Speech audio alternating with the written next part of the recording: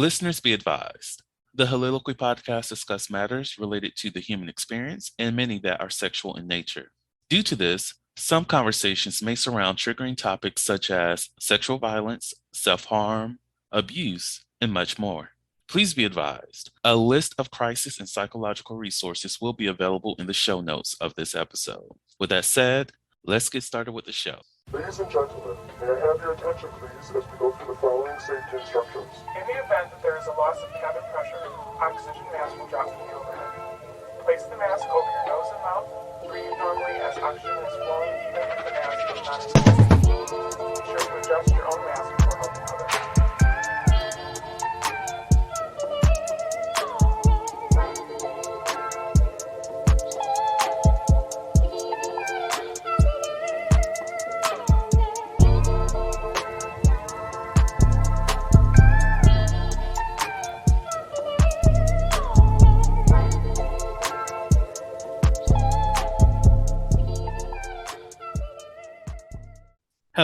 Hello, everyone. Welcome to the Soliloquy podcast, where we step out and speak on sexuality. This is your favorite host, Vernon T. Scott, also known as Slaytor Jackson, and for you freaky motherfuckers out there, Sebastian Adams. On today's episode, we are doing another mix and matchup. We are discussing rape culture as well as drunk sex, and I have the pleasure of being visited by, look, I told you it's a beautiful spirit last episode. She is a very beautiful spirit. You should already know that if you listen to the last episode. If this is your first episode, it's okay. It's okay. Welcome. You're coming in on a very rough conversation, but it's an educational conversation at the same time. Jennifer, how are you doing today? I am doing really well today. I'm so glad to be here, Vernon. Oh, we're happy to have you here with us. So, from the last episode, for those who have not listened to that yet, we know that you are a podcaster, award-winning author. Congrats, by the way. Thank you. Big deal there for sure. Yeah. And you also are a coach, correct? I wouldn't necessarily use the word coach. I personally use the word mentor and healer. And I basically, as well as I'm a master trainer for EFT International. So coach feels, I don't know, like it just doesn't quite feel like what I do. Bottom line, I show up and I share my experience, strength, and hope, and I also hold space for people to find their truth. Yes. So what you're saying is that you change people's lives? Yeah, you could say that. Or I help people to change their own lives. And, because I really believe that all we ultimately, any of us can do is maybe like wipe the window so somebody can see through it and be able to see what's going on and offer perspective to somebody. But I think, it's like we don't heal other people. We facilitate healing to happen within us, and I think to allow powers greater than ourselves to, let the magic happen. Yes, and I think like that's something that I've been trying to help other people understand. Like when someone comes to me, they want advice on something, they just say, "What should I do?" And I'm like, I cannot really tell you what you should do because that is a choice that you have to make. I could provide you with multiple different options. Some things that I've seen personally where somebody who made this decision or that decision, what it led for them. But at the end of the day, the choice has to be your own. And when you do make that choice, own that decision and see where it takes you. If you end up being disappointed, that's okay. What did you learn from that disappointment? And how can you move to go further from that? Like own your own narrative. Do not allow other people to move you from place to place, essentially. Well, and the whole idea of what should I do? It's like I know from my own experience, the best advice, it will fall on deaf ears until you're ready to hear it. And it's sort of like I could say to somebody, I'll sometimes if somebody really is like looking for guidance, I might say something like, well, if it was me, this is probably what I would do. But I really do think that like bottom line, we have to be ready for whatever it is that we have to be ready. And if we're not ready, know him, even the best, the most sage wisdom from the wisest person. Like God could, come down from on high and be like, Vernon, you must do this now. We're not going to listen. We're just Mm, not going to listen. I do find sometimes when it comes to decision making, though, that sometimes the best thing we can do is like have somebody offer a piece of a suggestion, or even think about a decision for ourselves, and then sit with how does it feel? Does it land in my body, or do I get an immediate like, yeah, no, not for me? Because a lot of times, even like hearing the feedback and recognizing this is not the answer that's right for me can be a really powerful way to find out what makes sense. exactly. Yeah. Whew. All right, you all. It's time to get into this conversation. And whenever there's a conversation related to drunk sex or just sex while intoxicated, I do like to leave this one message with everybody that when it does come to drunk sex, intoxicated sex, consent, it goes out the door as soon as someone indulges in some kind of intoxicant. And when it comes to that, always be cognizant that their yes is not, it may not actually be their no, their true yes, because they are intoxicated.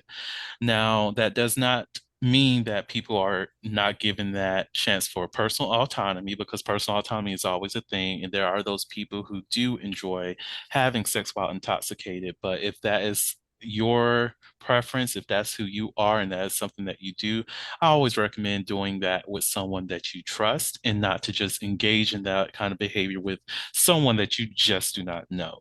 So Mm-hmm. just keep that in mind, back of your heads, people, if you are somebody who does look into those kind of activities. Now, on with that being said, the first thing I wanted to talk about is essentially how we are socialized, or how we objectify sex workers within our society. How yes, we can appreciate the things that they do in terms of our own pleasure, and we still stigmatize everything that they do, but we also, rather than seeing sex workers as being fully human, being people who are professionals, people who are trying to just do a job and do a job well, provide a service, because what they do is a service, we just look at them as an object, that they're a source of our pleasure only, and not a full human being. So, what is your sentiment about surrounding that? Everything you're saying, I'm like, yes, yes, yes. And I mean, I think that in many ways, considering that the sex industry has been primarily female for a very long period of time, the idea that a woman is an object, or the idea that, I mean, it's only been, I mean, this is a larger conversation than just sex work. This is a conversation about the fact that married women couldn't own their own credit card in the 1970s.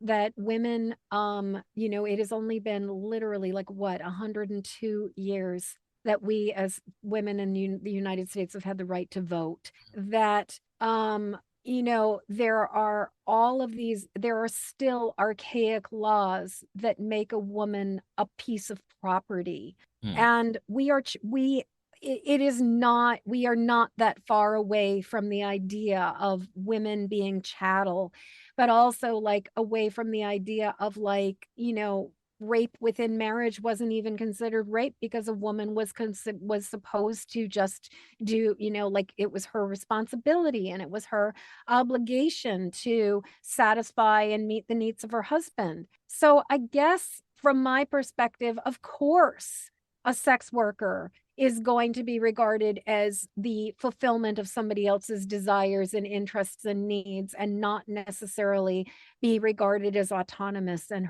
her own or his own or their own being, hmm, simply because we live in a culture where misogyny, and the idea of, especially I think heterosexual cisgendered white men, really do kind of like have been culture, like groomed and assimilated into a culture that has basically told them that everything revolves around them and it's all about them all the time. hmm, And I mean, I just think as more and more sex workers start empowering themselves to claim this as a profession that they're proud of, that they are, and deserving of rights and deserving of respect and all of these things, and legalizing prostitution and legalizing, and making it so that sex work can be something that people have assurances within. I mean, yes, yes, yes, yes, yes. Let's make this happen across the board.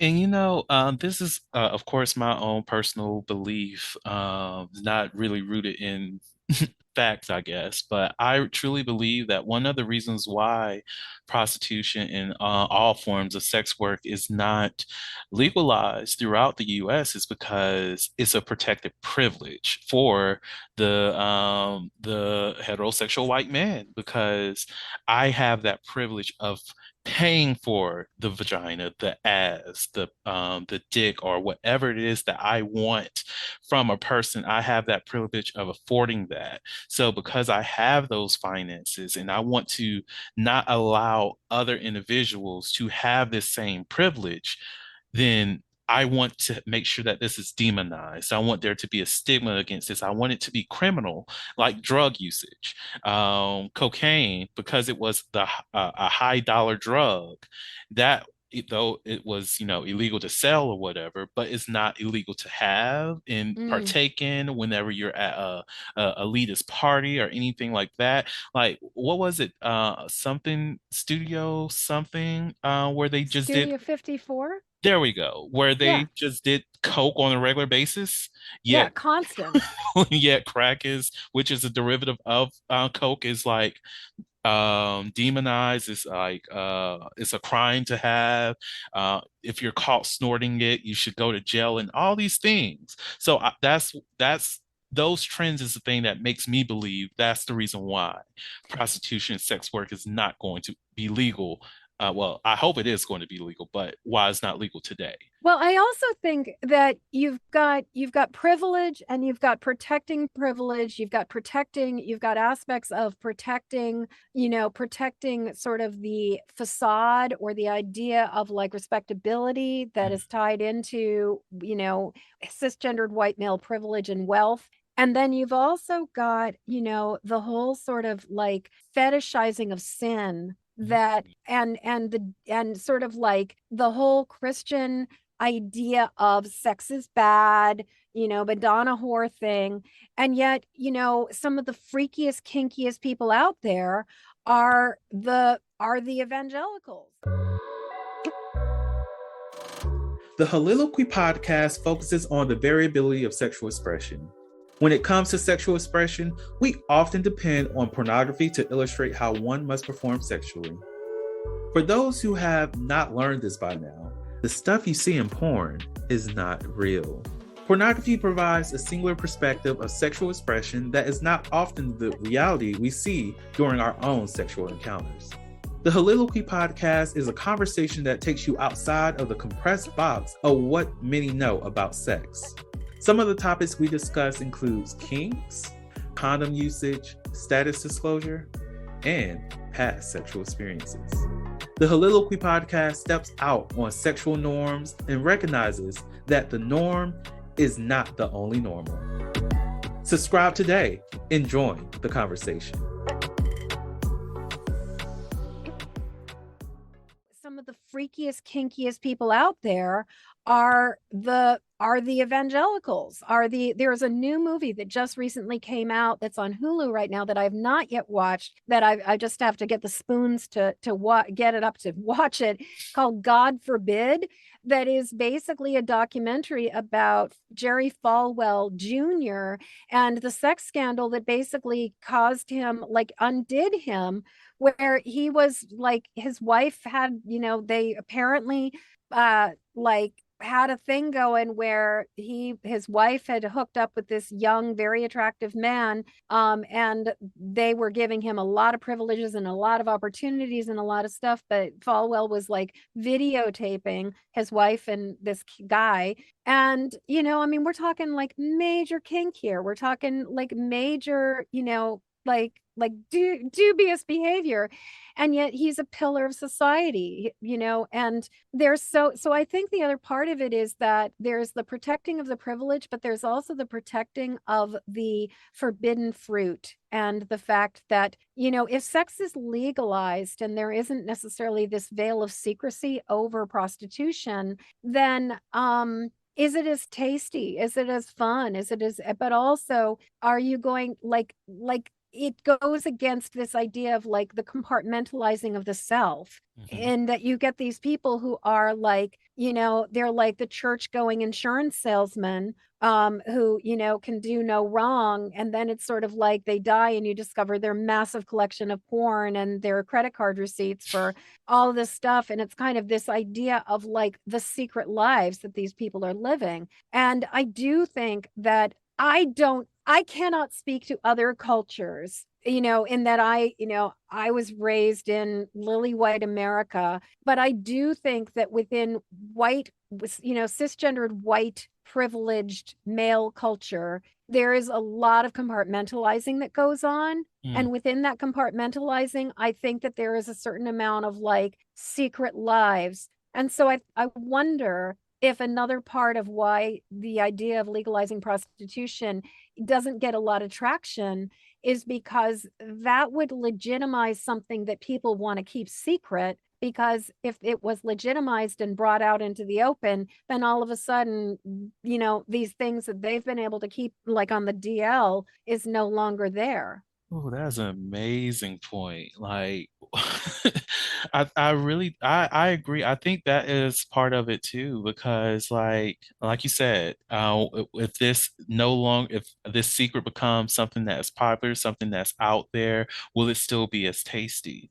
Right. And when you said the kink of sin, I was like, that's it, that's it. Like, I really do believe that people do. I think it's a little bit of like the exhibitionist and that Hmm. some people may have within them, that it's the fear of I might get caught doing something that's taboo that is making them want to pursue people, making them want to pay for, the sex or indulge in those sexual acts that are, like you said, forbidden, the forbidden fruit. But I really do hope that we get to a point where people realize that you can still have that same level of, I guess, sexual intoxication that you get from that, those feelings of getting away with something by, just setting up something like, hey, I find you attractive. I want us to meet in an undisclosed location. I want you to engage in sex with me, and I just want us to act as though we do not know each other. Like, Hmm. create a identity, create a persona, and that's another layer of compartmentalizing, but it's more playful at the same time too. Well, and it's consensual, Mm, and as we're talking, I'm actually really thinking we as a culture, and we talked about being groomed, in the previous episode, we talked about being groomed, but we as a culture, I think, a lot of times, like there is a certain kind of energy that when we get triggered and when our trauma response is activated, that really activates the fight or flight mechanism within us, that activates a certain amount of like just emotional anxiousness. And I think that there are many of us who have not necessarily ever experienced what it means to be fully present, to be fully embodied, to be really in, like to really be like in just full autonomy and power and sovereignty and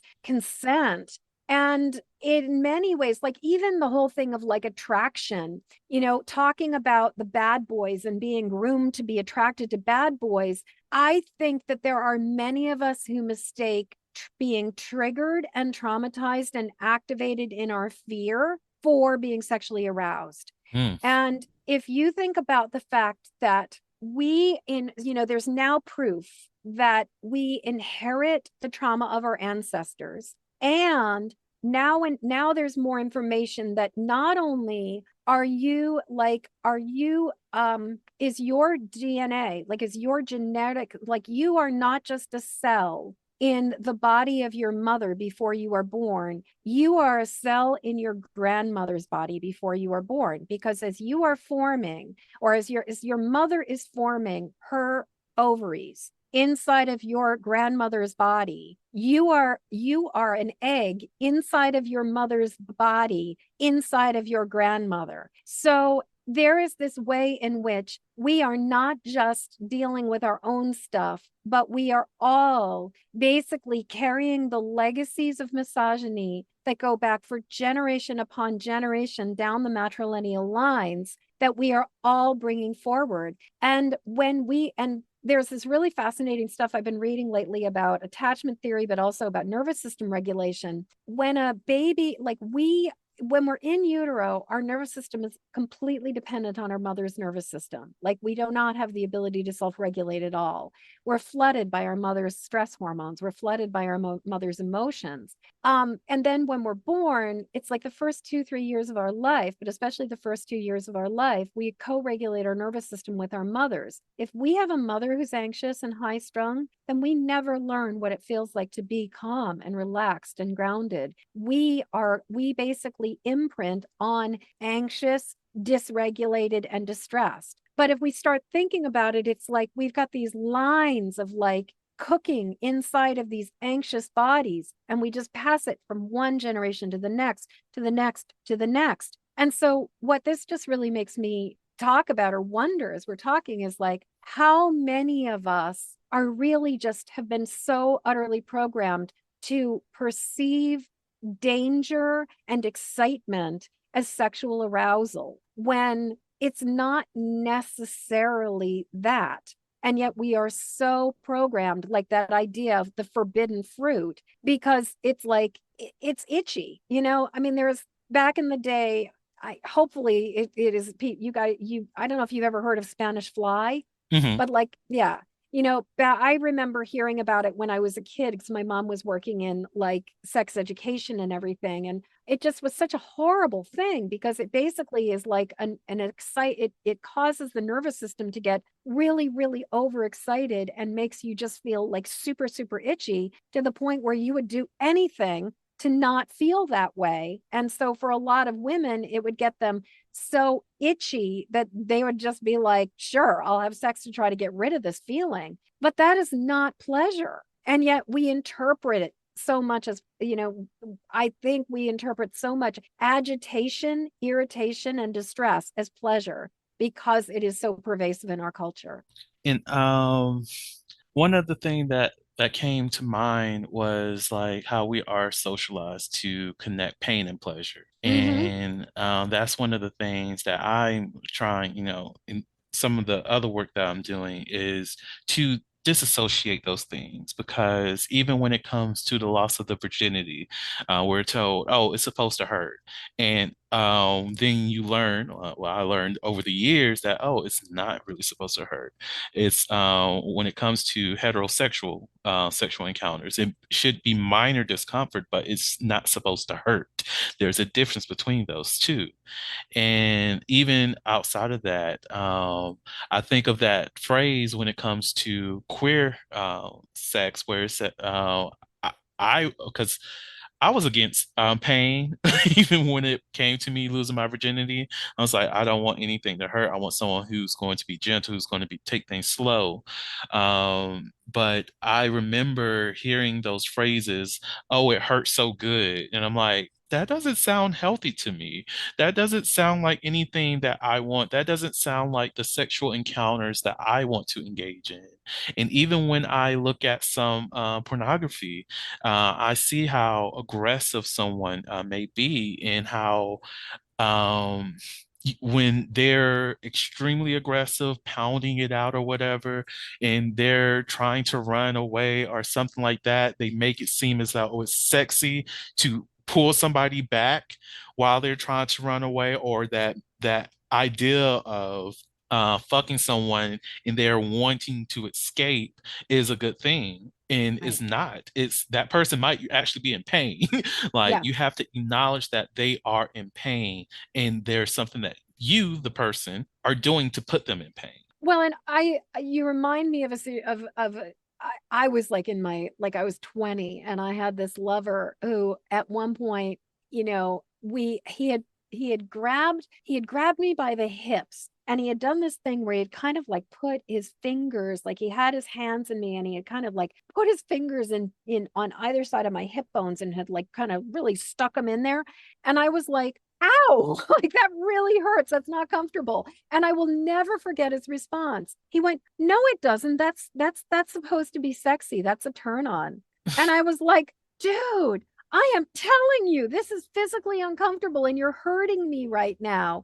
But he was so socialized to believe that what he was doing was supposed to be a turn on, that he could not receive or hear the feedback I was giving him as a living, breathing human being, saying, "This is not comfortable to me." Mhm. And instead was going with the fantasy of what he thought, probably based on porn, that made him think that, that like even my feedback was just completely overridden with this idea of, no, this is supposed to be pleasurable. And I mean, I have a number of friends who are really on the kinky spectrum, really, into BDSM and other kinds of things where they really do get off on pain and where it is a transcendent experience for them, but it is a consensual experience for them. Mhm.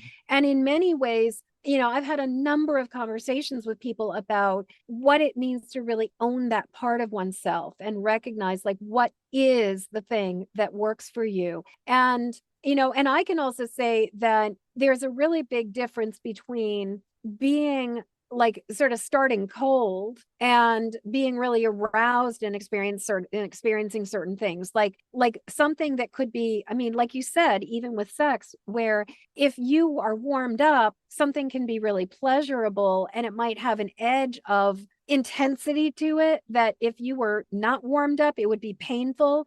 But once you are warmed up, it's just intensity, but it's still like, skyrockets at night, Mhm. or in the or in the afternoon. But now I'm thinking of Anchorman, but that's a whole other thing.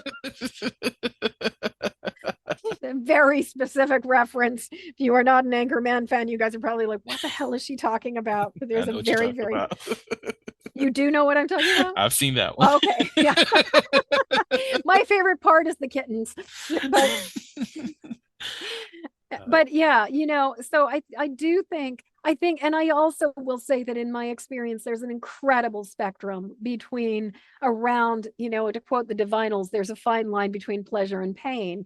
mm, That I think that there is an incredible spectrum, and some of us also are just way more sensitive than other people are. And so what might not really phase one person can absolutely phase another person. mhm. Yeah. Amen to that. Like even like with nipple play, I tell my sexual partners often, I have sensitive nipples. Like you cannot bite those. Like nibbling, okay, that's fine. But if you like yours bitten on, like I have vampire teeth, cool, that's great. I can do that for you. But do not expect that's going to work on me because we all have different pleasure thresholds, pain thresholds, and look, some sensitive areas you just cannot do those things, regardless of how No. built up it is. Well, and age wise, it makes a really big difference too, Mm, because your hormones will change things. And like when I was younger, I had way higher tolerance to any kind of nipple attention than I do now. But I actually have to say, I went through a period where, I spent 20 years as a tattooer before I shifted to like entirely doing my work only as a healer, because I'd been doing tattooing as a healing art for many years. But needless to say, I was in the body mod world. And so at one point, I decided to get my nipples pierced because I thought they would be really pleasing and really lovely. But gotta say, not like for me, it was like it just added a level of sensitivity that completely took the fun out of any kind of anything when it came to my nipples. And so I went from being somebody who was, fairly like, I don't know, like it was just sort of like something on the menu to, yeah, this is off the menu now. So I think that it can, even within our own bodies, age, time, differences, things can make a difference on what works for you and what doesn't work for you. I agree. Yeah. Another thing that we talked about in the intake meeting is I want to combine these two things. Yeah. The first one is what rape looks like, because we have a certain look of what rape is supposed to be, but rape is not always that. Mm-mm. And then the other thing is the concept that rape is not about sex, it's all about power. Yes. So what are some of the things that, well, not what you want to talk about, but what is your sentiments on those two things? Well, again, you and I are exactly, or I believe we're on the same page about Mhm, these mhm, things. So first off, let's just talk about what I was taught or what I believe, like my perception of rape as a child and as a young girl, because as a girl, you're sort of groomed to be aware of predators. Don't take candy from strangers. Don't get into a strange car, so first off, the idea is that rape is going to happen with somebody you don't know. mhm, Secondly, that rape is violent, that it is, and that there is that your life is threatened, that it is sort of like this back alley on the streets, or somebody breaks into your home or something, but that it is like a violent act that is done to you by somebody you don't know, and that it is forced injury, and that there's injury that comes from it, and that you're going to experience like these devastating emotional scars from the experience. And I think the thing is that when we define rape by this very, very limited category, there are so many gray areas, where our consent is revoked, or where we never gave our consent in the first place, where it is a power play, where it is a power struggle, where it is not something we have agreed to. Now, I would say that I think rape has a spectrum, in terms of, in the same way that you could have on a scale of 0 to 10, like 0 being absolutely no pain whatsoever and 10 being the worst thing you've ever experienced or dead, that rape does have a spectrum of degrees of horribleness to it. mhm, And that I think that one of the reasons why a lot of times the date rapes, or the sort of casual hookup that just kind of goes over the edge, or as you were talking about, the non-consensual sex because somebody's intoxicated, that a lot of times I think we dismiss that as being like, I don't know, kind of a stupid behavior, or, boys will be boys, or, oh, we were just not really thinking, but we don't necessarily regard it as rape. mhm. And I think you and I talked about this, and I did write about it in the book. So this is not the first time I've spoken about this, but I had an encounter, when I was in art school, where I made some really dumb choices that were basically, did not have forethought, because I was like 20 and I was just not thinking because I was 20. And I ended up at a party. And so I was fairly drunk, and I ended up at a party, and I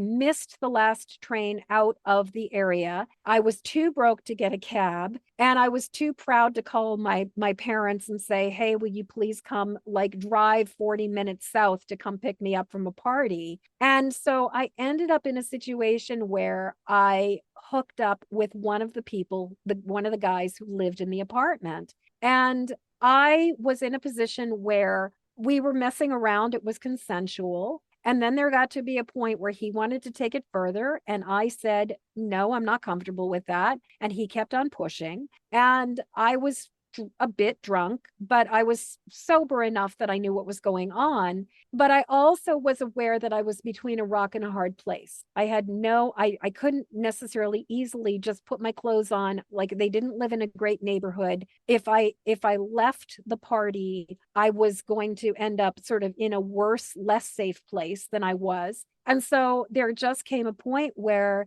he kept pushing. He kept on sort of knocking on the door, as it were. And I finally just let him in. I was like, you know what? This is the lesser of evils. And it wasn't until I had a conversation with other women a couple days after the party who were all sort of part of this community of people, where one of the women looked at me and said, Jennifer, that he raped you. And I was like, really? Like, I didn't even register that that was what had happened, because I did see my own agency in it. And the thing is, what I will say is that I really do see how I set myself up for this situation. Like, it was not like I was walking down an alley and somebody, hijacked me.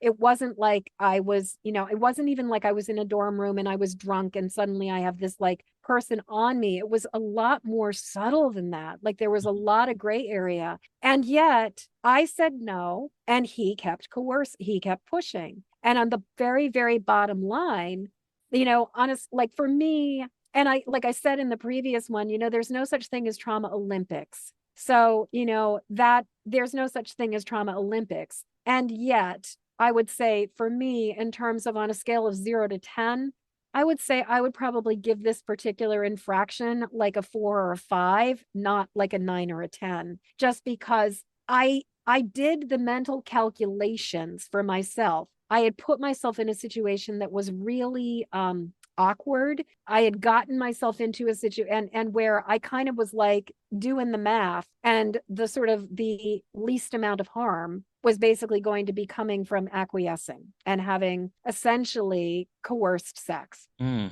hate that happened.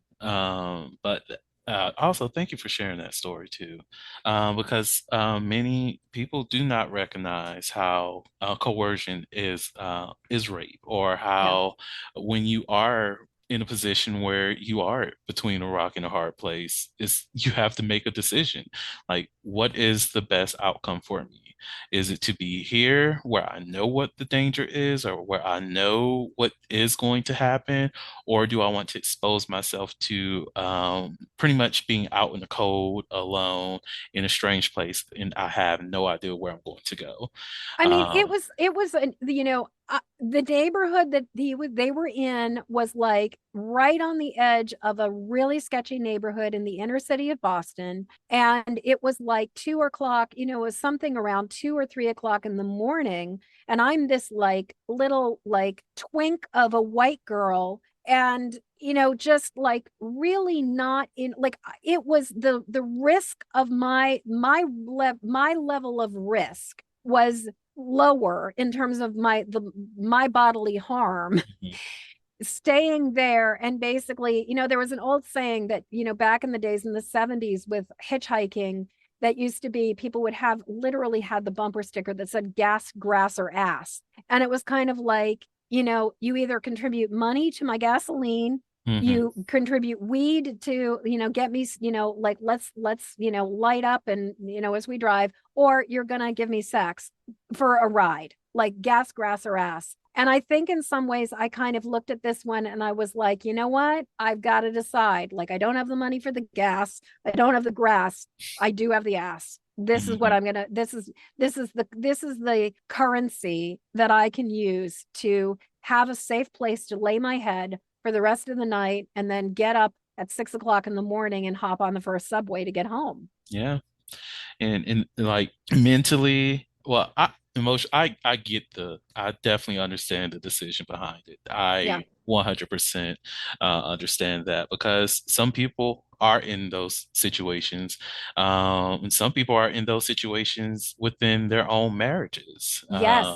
and Well, in the that's choice between, do you acquiesce to sex, or do you potentially get beaten, exactly. And that's a conversation that, or even a reality, some people are not willing to acknowledge. Because, like, even when I was doing, like, not necessarily workshops, but programs with the colleges that I worked at, related to sexual assault and talking about consent, I will always bring up that conversation about, okay, do you have ownership over your spouse? And how there will be a lot of younger people who just like, of course, it's that's my pussy. if I want the sex, the pussy is supposed to be there for me to have the sex. But I'm like, but that pussy's attached to a whole person, and that Right. whole person has a choice within that relationship, and how and breaking down the belief system that these kids have been socialized to believe in, that is within the hegemony of our society, that you have that ownership of your spouse, that whatever they do cannot be done without your permission, and just tying how that belief system in itself is rooted within the rape culture of this society. Well, and for women, and especially as women start to age and your libido starts to shift, and like there is a point where, I mean, there's a whole kind of cultural meme, and sadly, like where it's like, how many times have we seen the story of the man who becomes bored with his wife and leaves her for a younger, more attractive model? Mm,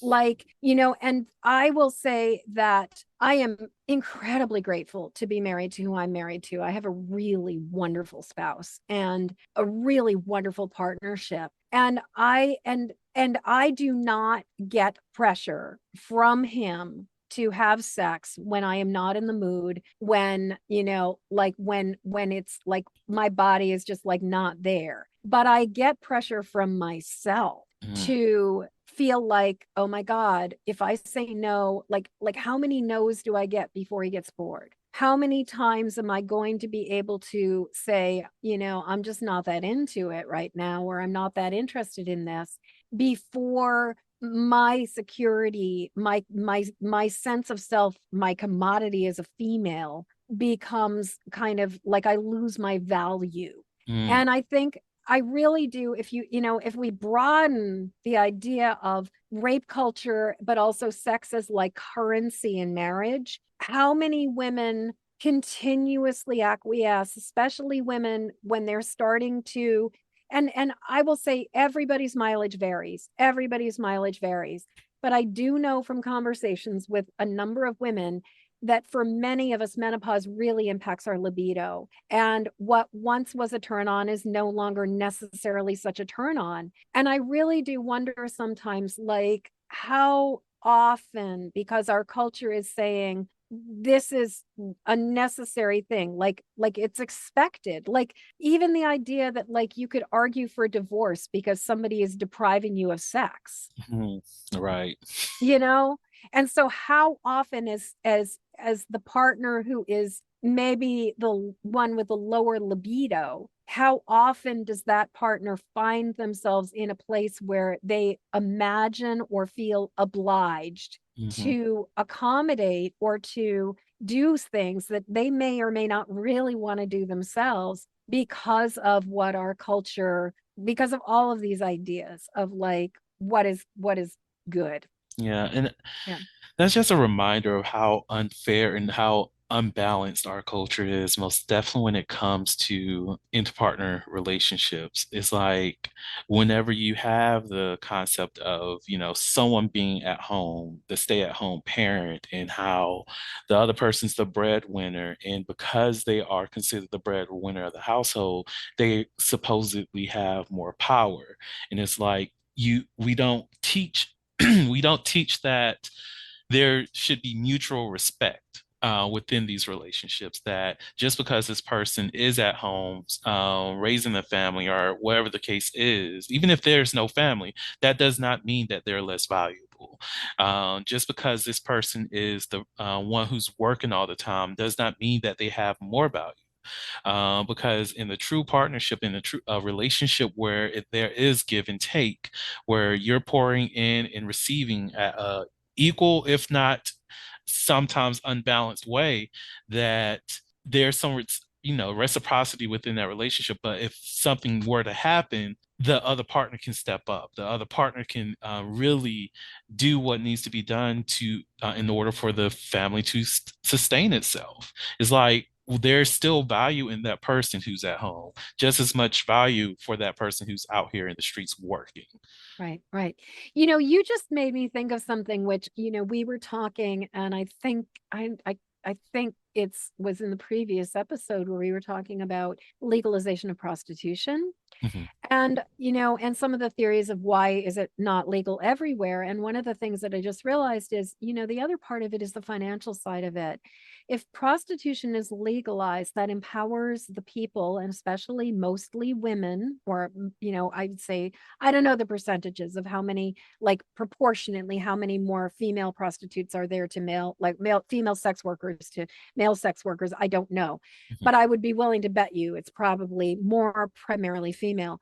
Mhm. And if you bring in legalization, what you're also bringing in is financial autonomy. And financial autonomy and rape culture are like that, in the sense that so many women become financially dependent. And the thing is, as I was saying before, it's like it wasn't until the late 70s that a woman could have a credit card of her own with her own name and not her husband's name on it, that women could own, that women can own property. Like if you watching Downton Abbey, that series, one of the things that's fascinating about it is that the archaic rules of ownership, land ownership, we're talking like, in the 1920s in England, you had to have a male heir to pass property onto. Females could not receive or inherit property. And so if you start looking at this, like, we're talking like 100 years ago, less than 100 years, like we're talking what, 50 years ago with the 1970s, women have been financially like, cut off at the knees with their finances. And the males are so frequently, the male is the breadwinner, the male is the property owner, everything is in his name. And one of the only kinds of currency that a lot of women have is sexuality. Mm. Whew, Lordy, it's because when you mentioned how rape culture is linked to financial autonomy, that triggered a thought of how you cannot, like, rape culture exists because of oppression. Rape culture exists because of stripping autonomy at any chance that we can, and normalizing the oppression in any way possible, be it through racism, financial means, or even sexism, anything that contributes to the oppression of another individual and the stripping of their autonomy is still rooted within that. Because once you have control over somebody's autonomy, you have power over them because they cannot make the decision for themselves. And it's all Well, rape and culture. and and I'm part of a really interesting, extremely radical prayer community that actually we pray the rosary, and so we go through the mysteries on a regular basis. And for anybody who's not familiar with them, because the mysteries, there's like the joyful mysteries, which is all about sort of like the Mary's experience as a young woman and the birth of Jesus and his childhood. And then there's what are called the sorrowful mysteries, which are just like the passion of the Christ. And then there's like the glorious mysteries, which are about the resurrection and then Mary's ascension into heaven as the queen of heaven and earth. But there's this one mystery that nobody ever wants to choose to talk about or to like lead. And that is the second mystery in the sorrowful mysteries, the scourging at the pillar. And interestingly, this is the mystery where Jesus is like, stripped and flayed and beaten within an inch of his life. And some people say he was actually, it was raped, like that this is something that happened. And, this is something that you can look into this kind of scourging and this kind of like there was a within slave culture. I've got my friend Michael has talked about this, where it was like there was this thing I think called buck breaking, but Mhm. where it's like the public display of rape as a way to put people in their place, but also as a cautionary tale to show what will happen if you defy the empire, if you defy the culture. And in a way, it's like it's not only about taking away another individual's autonomy, but it's also this entire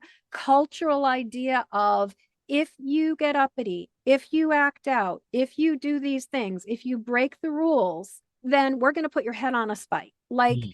that there is something about about it that is not just about keeping a person or oppressing an individual. It's about oppressing entire populations, Hmm. and basically maintaining power, ironically, for at this point in time a minority on this planet. Yes, exactly. Ooh, you shaking tables today. Hmm. You are shaking some tables, and I agree with you And I thank 100%. my mama for that, because she was the one who gave me, my mother was a she's still alive, but no longer, at this point retired, and very sweet, fairly demented little old lady.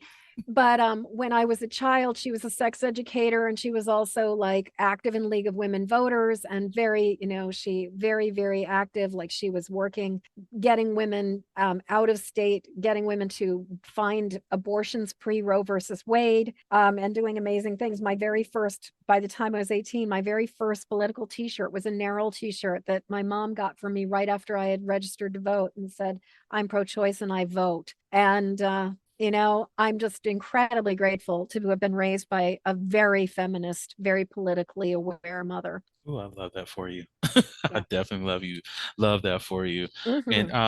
I will have to say, like, even when it comes to like for myself, I definitely appreciate not only just my mother, but my aunts too, because they were very outspoken, and because of how outspoken they are, that you know, pretty much became embedded in me. And I think that's another reason why I cannot keep a job, because I talk too much. Uh, but I will always fight for myself and fight for the person who doesn't have a voice in the room, Yeah. because it's just one of those things that I've been raised to believe, that you should always stick up for those people who can't stick up for themselves, that you should voice your opinions, even though someone does not want to hear it, but it is still important because Right. these things matter. Yeah. So love it. And if you are one of those people who need that validation or that encouragement, speak up. Let people know how you feel and voice your opinion, because your opinion is important. Now, before we get into the Never Have I Ever segment, there was that one thing from the last episode that I said we were going to talk about in this episode, which is how we have been, in terms of a culture, socialized to enable violence against women. And I see this very often Mm. in the TV shows that we watch, where it's like either, actually, let's go off of my research in general.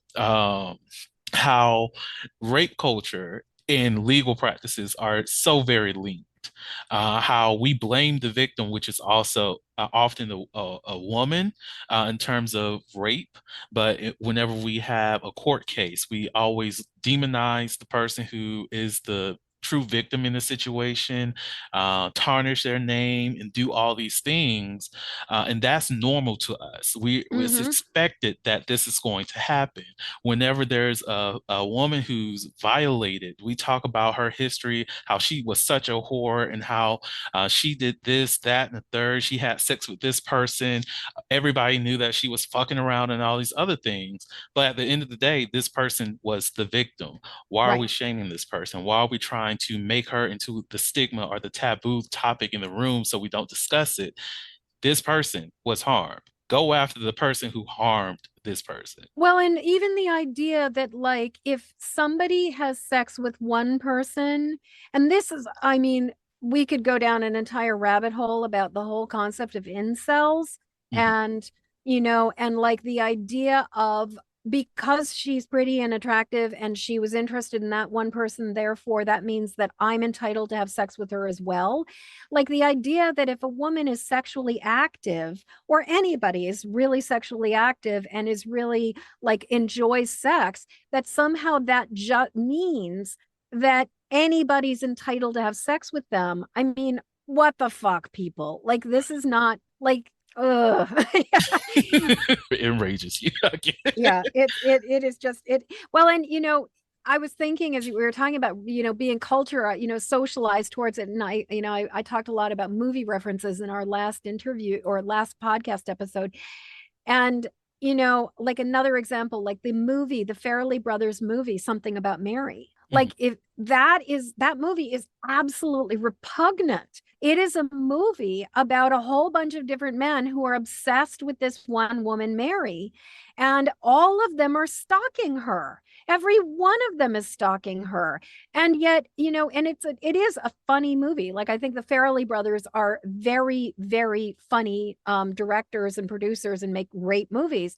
But this movie in particular is like, it's so sad that we live in a culture that thinks that's funny. Like, When you said that, I immediately started to think about the movie Porky's, which when I was young, I loved it because it was hilarious and all that. But, thinking about, I could have rewatched that as an adult after I've done all my research. I know the problems of it the last time I saw it when I was like 15. I was like, okay, this is quite problematic, but I'm still enjoying it.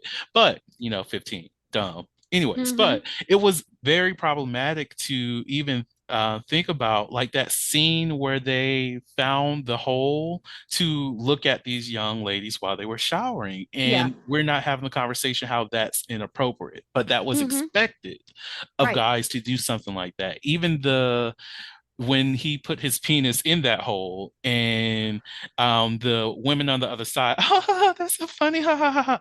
That is not really rooted in reality because I No, don't that is not rooted in reality.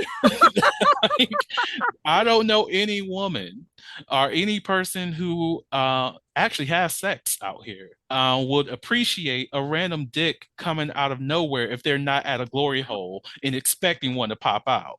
Right, right, right. Well, and it sort of makes me wonder how many of the people, the generation of men who are sending dick pics now watched Porky's as little kids and actually think that I mean, basically a dick pic is a digital Porky's, Oh or a my God, digital yes. glory hole. Yeah. Yes.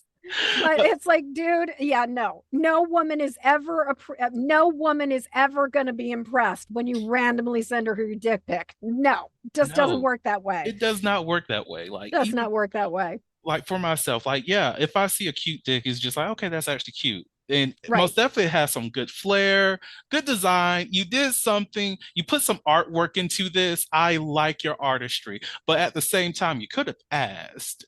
Like you could have just been You like, could hey, have asked. You could have asked. There's a like do big you difference. Yeah. like do you want to see an artistic dick pic? You know what? Yes, I do, because I don't get enough of that.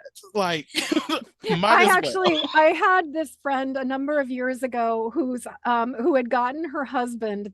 They're a really, really wonderful, amazingly sexually progressive, polyamorous, like we're kinky, amazing couple, just amazing people. But anyway, they found this like amazing like picture book that has glory hole, like it's pictures. It's so funny. It's like a kid's book, but with like a hole for your dick. And like it's like you hold up the book and like stick your penis through it. And then you can like and so it's sort of like so like one of them is like a cowboy riding, and like one of them is like like a merman riding, so it's just hysterically funny. That is an example of artistic dick pics that are also consensual, and where it's like and yes, I know about this because I consented to seeing a picture, which was hysterically funny and really, really amusing. But if it's not consensual, then it doesn't matter how attractive it is. It wasn't agreed upon. Exactly. Yeah. And just to add a nugget on these dick pics for people, just because you send a dick pic does not mean that the other person is required to send anything to you. Because always remember that dick pic was not invited. Right, And right. another thing that wish we don't have the time to talk about it, Mhm. but that transactional actions, most definitely when it comes to like sex is rooted in rape culture. Like, oh, because the tick for tack thing, like because I did this, you're expected to do that. That's rooted in that. That's taking away the expectation of consent that you're not asking for it. Now, if you do agree upon, hey, if I send you a dick pic, are you willing to send something back to me? And they're just like, yes, then okay, that's more consensual. Now, if they don't do it, then that's just on them. That might be a flag that this probably might not be the person that you need to trust with your body if they're not willing to, follow through on any kind of agreement that you both mutually agreed upon. But let's bring this kind of conversation up. People talk to Hmm. people, ask them, are they okay with having a dick pic? It's not sexy. Well, and I think that, talking about, like, we've been sort of having this conversation through this entire episode about transaction of sex as commodity and Hmm. or a currency and transactional stuff.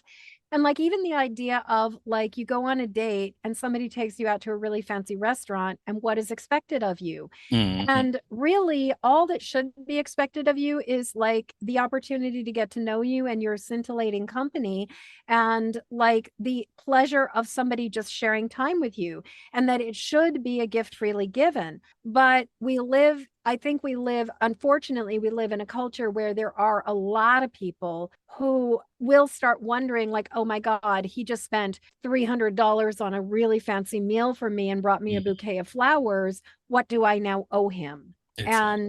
And I mean, it's a big one. And like that's part of the reason why for first dates, I always just say we're going to split it even before we even go out. Like I pay for my stuff, you pay for your stuff because I don't want the person I'm with to feel obligated that they need to have sex because I pay for everything. I'm trying to get to know you. Pay for your own stuff. I would like to see how you spend your money too. That way, if I do want to pay for a full date all by myself, I know I can budget how much I'm going to spend. I did not start like letting men pay for me, and being raised by a feminist. And I was raised in a time where Dutch treat was something. Who knows where that's probably some massive racist comment of Dutch treat. But I remember, like, I grew up like sharing the money. I always pulled my wallet out. I never ever ever expected somebody to pay for me, and I had a lot of autonomy as a result of that. And it wasn't until I was in my 30s when I started to be like, okay, I'll let this guy pay for a meal and sort of watch what was happening with it. And that was something that was just really telling, was like, is somebody willing to just, is somebody going to be gracious with me? Is there reciprocity? But like with my husband, when he and I started courting, we were going back and forth where it would be like he'd pay for a meal, then I would pay for a meal. And we had kind of this back and forth going on. But I do think that one of the things that does give us power when it comes to consensual relationships is having your own purse, having your own wallet, Mm. and never being in a situation where you are backed up against a corner where it's like you're feeling obliged to, have sex with somebody or give them sexual favors of some sort or another because you're in a position that you cannot afford. Mm. Speak those words. Oh my God. Yes. Yes. All right. We're gonna save that message. Y'all better, indulge in that. If you have to go back, please go back. All of that. Yes. Like remove the obligation. Remove the obligation. Remove the obligation. Yeah. So never have I ever. We'll do Never have I one ever. and then we'll Okay. close it out. Never have I ever flirted with someone else in front of a significant other. I'm just trying to think of, I mean, yeah, like who hasn't? See, that's my yes, I have, but I mean, who hasn't? I guess what I would say about that is, I mean, I think there's a really big difference between harmless flirting and trying to make somebody jealous. So hmm. never have I ever, and I mean that literally, I've never ever flirted with somebody to make another person jealous. Like that, no. But I have certainly been flirtatious and have had lovely, like banter and jokes and fun going on with a significant other in my presence. Mm. And I hope everybody's been able to, like, and I would say if you're in a partnership with somebody who is so insecure that you cannot look at another person or be flattering to another person or dress in, like look luscious around another person and have them like get freaked out by that, then there may be something going on in that relationship that needs some attention. I agree 100%. Like for me, I do not want or need a partner that polices how sexy I am or Yeah. sexy how sexy I can be. Because if I walk out this door, if my intentions is to be sexy enough that I could pull somebody, I'm going to walk out the door sexy enough that I will pull someone. But we're Oh, not hells going to yeah. do anything. Because look, I'm a firm believer that I choose my partner every single day, and I want my partner to also choose me every single day. And at the end of the day, I woke up, I have this person, I want this person. Tomorrow, I want this person, and I know I'm going to want this person on an ongoing basis. No other person is going to like distract me. And even with me being poly, whoever my future partner engage with and add to our relationship is still going to be the same thing. Like you can't steal me from somebody. Mm-mm, mm-mm. Well, and I've been, we just celebrated our 21st wedding anniversary, and I identify as a pen fidelitous person. I just, for me, it's always the idea of pen fidelity, like multi loyalties, like that has always been really what it's the core is. And yet I've been sexually exclusive with this one person for 20, for more, for we met in January of 2000. So I've been in an exclusive relationship for 22 years now, but I do not consider myself monogamous. I consider myself like I repledge myself and recommit to my relationship with this partner on a daily basis. And it is a choice every single day to be like, I do not assume that he or I are by default monogamous with each other simply because that is how it is. It is a deliberate choice on a daily basis. And it is a deliberate choice on a daily basis to keep showing up for the relationship, to be in the relationship. And I think, he and I both choose each other every single day. Love it. Love it. Whew. On that note, thank you so much for coming on to the podcast. You are greatly appreciated, Jennifer. Do you have? Vernon, it has been such a blast. I just knew you and I were going to have like a really juicy conversation, and I use that word Right. deliberately. Right. Yeah, It's been wonderful. yeah. I hope the listeners are just as high spirited as I am and as you are, Hmm. because it was a rough topic to have a conversation about, but I think it was a needed conversation. Yeah, yeah. Do you have any last words that you'd like to share before I close this out?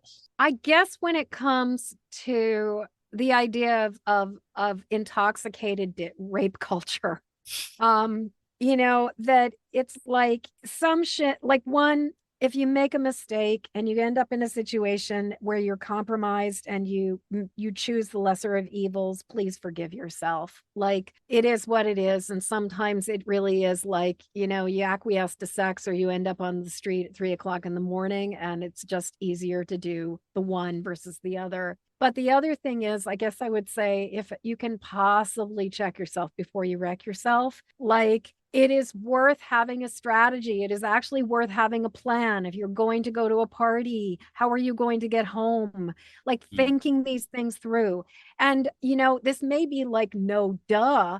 But like for me, when I was 20 years old, or 21 years, I think I was like 21, when this happened for me, maybe 22, but I wasn't very old. The thing was, I was so naive and young. I really wasn't thinking, and having, sort of being not neurotypical and with a little bit of, ADHD runs in my family.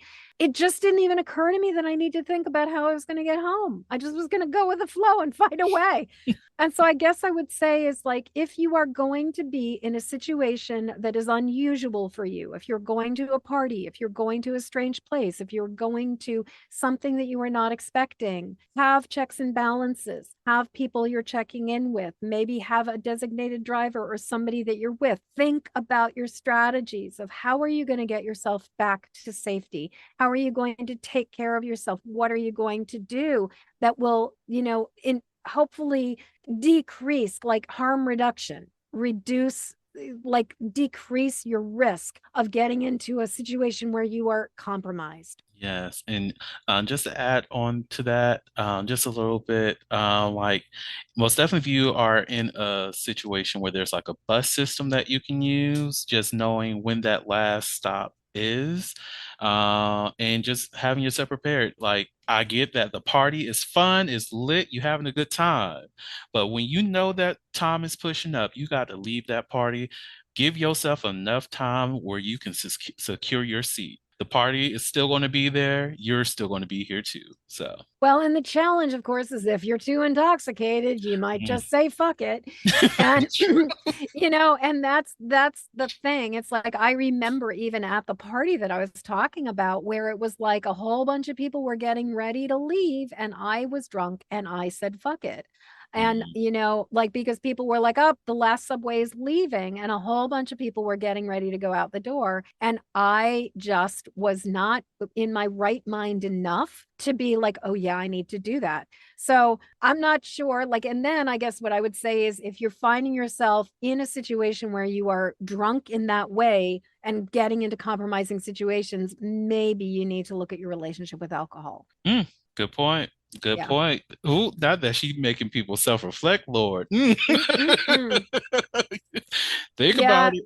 Yeah, I do that. That is definitely part of what I do. Well, on that note, everyone, thank you all so much for listening to the Holiloquy podcast, where we step out and speak on sexuality. Just in case no one else told you this today, you are beautiful, you are worthy of happiness and joy, you are enough and then some. You may not live up to the expectations of others, but that is okay. You are only required to walk in your own shoes. May each day you live lead you towards abundance. With that said, love you all and see you next episode. Bye. Thank you for listening to the Holiloquy podcast, where we step out and speak on sexuality. You can subscribe to the podcast through your favorite podcasting app and find us on the web at www.holiloquy.com.